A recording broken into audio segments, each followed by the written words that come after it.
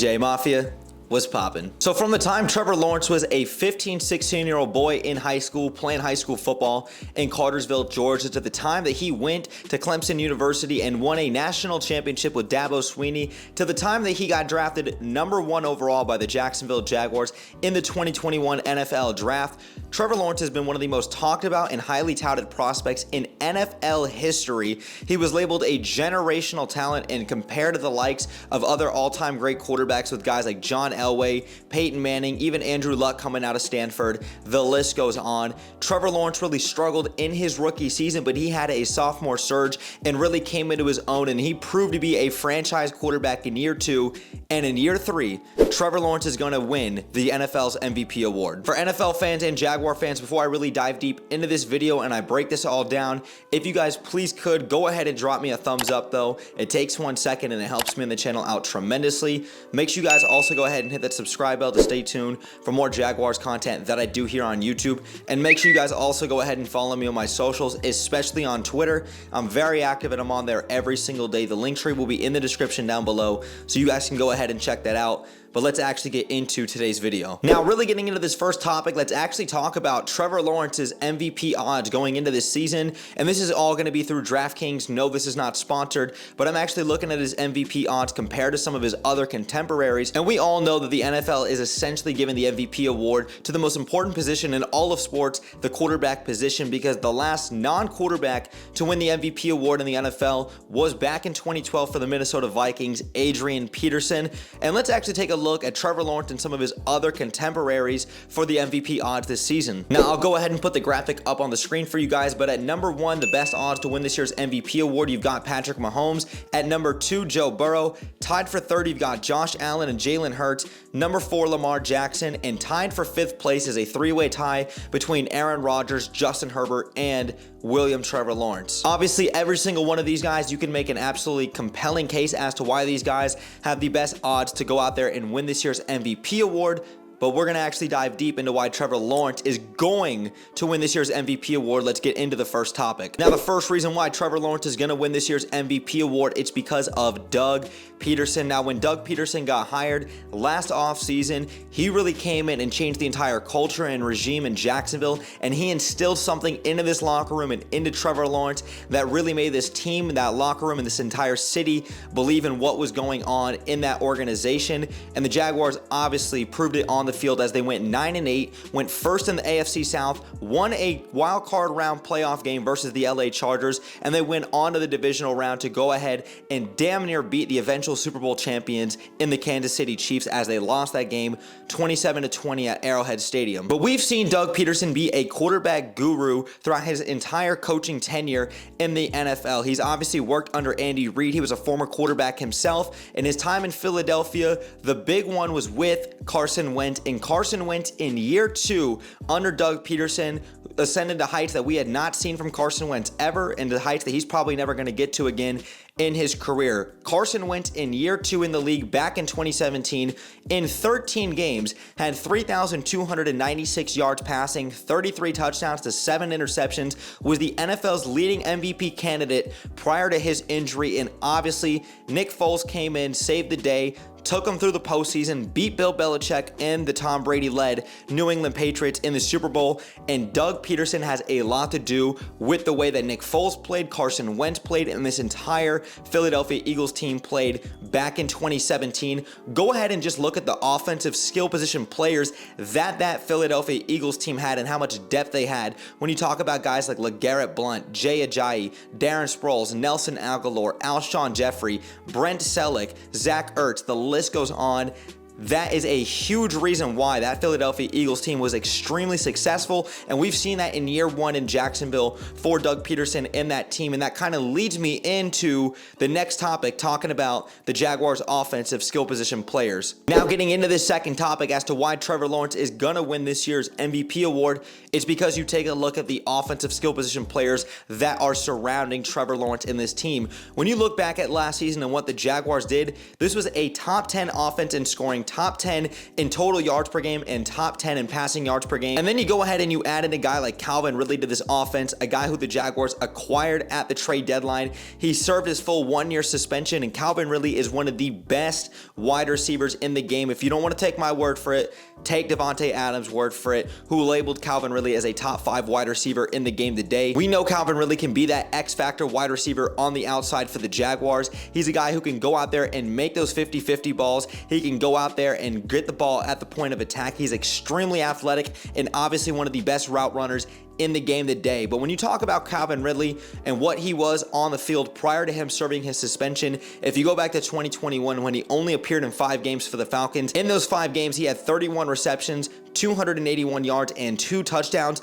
But when you go back to 2020 when Calvin Ridley really exploded onto the scene for the Atlanta Falcons, in 15 games back in 2020, Calvin Ridley had 90 receptions, 1,374 yards, 9 touchdowns, and was second team All-Pro alongside as being a Pro Bowler. You're adding that into this offense that was already top 10 in almost every great statistical category you could for this offense. And then you talk about the other skill position guys around Trevor Lawrence and what they did last season to make the Jaguars extremely successful. Take a look at a guy like Christian Kirk, who last year posted career highs across the board alongside Zay Jones and Evan Ingram. Christian Kirk last season, 84 receptions, 1,108 yards, and 8 touchdowns.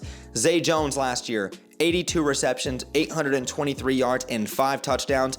Evan Ingram, 73 receptions, 766 yards, and 4 touchdowns. And then when you talk about a guy like Travis Etienne coming out of the backfield, a guy who missed his entire rookie season due to that Liz Frank injury, really got an opportunity to shine this year in his first full season in the NFL. And Travis Etienne on the ground had 221 carries for 1,120 yards, 5 touchdowns, and he still chipped in the receiving department, 35 receptions for 316 yards. And when you add that all up, that's 1,436 scrimmage yards you got from him. And then you still take a look at other skill position guys around Trevor Lawrence in this offense. You talk about a guy in Jamal Agnew who's extremely explosive. He does a lot of great things in the jet sweep, misdirection, yes, as a wide receiver, and obviously he's one of the best kick returners. He is the best kick returner, in the entire NFL. And then you look at some of the pieces that Doug Pederson and Trent Baalke added in this year's draft class. When you talk about a guy in Brenton Strange, tight end from Penn State, and we obviously trust Doug Pederson's evaluation of tight ends, the kind of tight end guru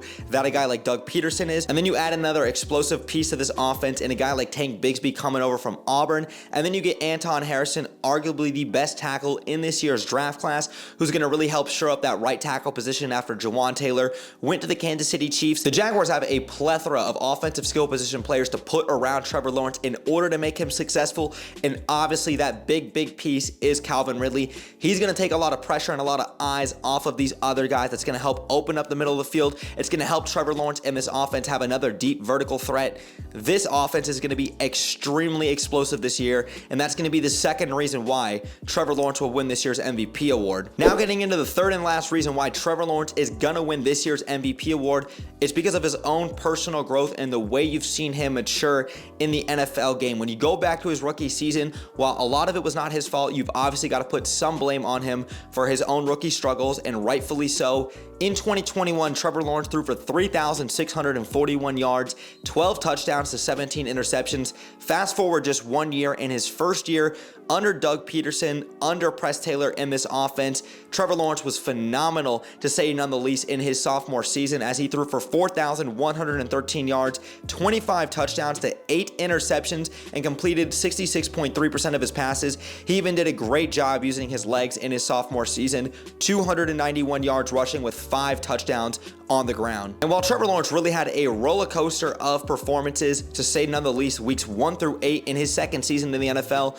weeks 9 through the rest of the season, he was one of the best rated quarterbacks in the entire NFL. When you talk about touchdown to interception ratio, obviously you're going to look at the wins, and that is a team stat, but QBR, passing completion percentage, every analytic you want to look at, Trevor Lawrence was top 3 in the NFL in all of these stats, and he was consistently putting the team on his back. And talking about putting the team on his back, Trevor Lawrence had a multitude of comeback victories, and he was a big factor as to why the Jaguars were able to come back in a lot of these games. The Jaguars came back from 17 down versus the Las Vegas Raiders. They came back from 17 down to the Dallas Cowboys. They came back on the Tennessee Titans in Week 18 in order to win the division, in order to clinch a playoff berth. Then Trevor Lawrence came back from 9 down on the Baltimore Ravens in an impressive game where he led a game-winning drive. And then he also came back from 27 down to the LA Chargers in the wildcard round of the postseason. 4 interceptions in that first half to 4 touchdowns the rest of the way through. Trevor Lawrence not only proved last season that he was not only worthy of the #1 overall pick, not only is he a franchise quarterback, but that he is one of the best young elite quarterbacks in the game of football today. He's in that top 5 upper echelon conversation. I personally believe he's top 5. And that's exactly why he's going to win this year's MVP award. Now, I've got a bonus topic as to why Trevor Lawrence is going to win this year's MVP award, and that's going to be because you look at the strength of schedule for the Jaguars this season. There is no reason why the Jaguars healthy cannot be the #1 seed in the AFC this year. I'm not going to go out on a limb and say that the Jaguars are already going to be the #1 seed in the AFC, but there's no reason that they can't be. When you talk about having the head coach and the quarterback, 2 proven assets in Doug Pederson and Trevor Lawrence, you can check those boxes off. And then you talk about the strength of schedule. The Jaguars have the 23rd hardest strength of schedule in the entire NFL. The Jaguars are going to be playing 7 rookie quarterbacks this season. When you talk about CJ Stroud, Anthony Richardson, and Will Levis, all in the AFC South, and then you want to throw in Bryce Young, the #1 overall pick from this year's draft, in the Carolina Panthers. And then even when you don't want to talk about the 7 rookie quarterbacks that the Jaguars are going to have to play, let's take a look at some other quarterbacks that the Jaguars should be able to take care of business with. And I mean, no disrespect on these guys' names. You're going to talk about guys like Kyle Trask and Baker Mayfield versus the Tampa Bay Buccaneers, Kenny Pickett, even though Pittsburgh's always respectable, Desmond Ridder, and Trey Lance or Brock Purdy, whatever the quarterback situation is going on there in San Francisco. The Jaguars play the NFC South. They obviously are in an extremely weak division in the AFC South, and they also play the AFC North, right, which is a respectable division, but the Jaguars should still be able to take care of business if they are this great team, right? That is about 10 games right there that the Jaguars should be able to take care of business. The Jaguars are a team that is extremely capable of winning 13, 14 games this season, and I'm not going out on a limb and completely saying that, but there is no reason as to why the Jaguars can't lock up that #1 seed in the AFC and make it even more of a compelling case for William Trevor Lawrence to win this year's MVP award. And the last thing I want to say about all of this is when I was talking about the MVP odds and how Trevor Lawrence is tied for 5th alongside Justin Herbert and Aaron Rodgers with plus 1,400 odds to win this year's MVP award, I'm not just talk. This video is not just talk. I'm going to put my money where my mouth is at, and I'm going to put some cash down on Trevor Lawrence winning this year's MVP award. Who's in with me? Because look, at the end of the day, the game ain't played on paper. If you know, you know. But Jaguar fans, NFL fans, I want to hear your guys' thoughts in the comments down below. What do you guys think about William Trevor Lawrence, aka the Prince that was promised, Jacksonville's Jesus, whatever nickname you have for him winning this year's MVP award? I'm pushing the agenda. I'm pushing the propaganda. Trevor Lawrence will win this year's MVP award.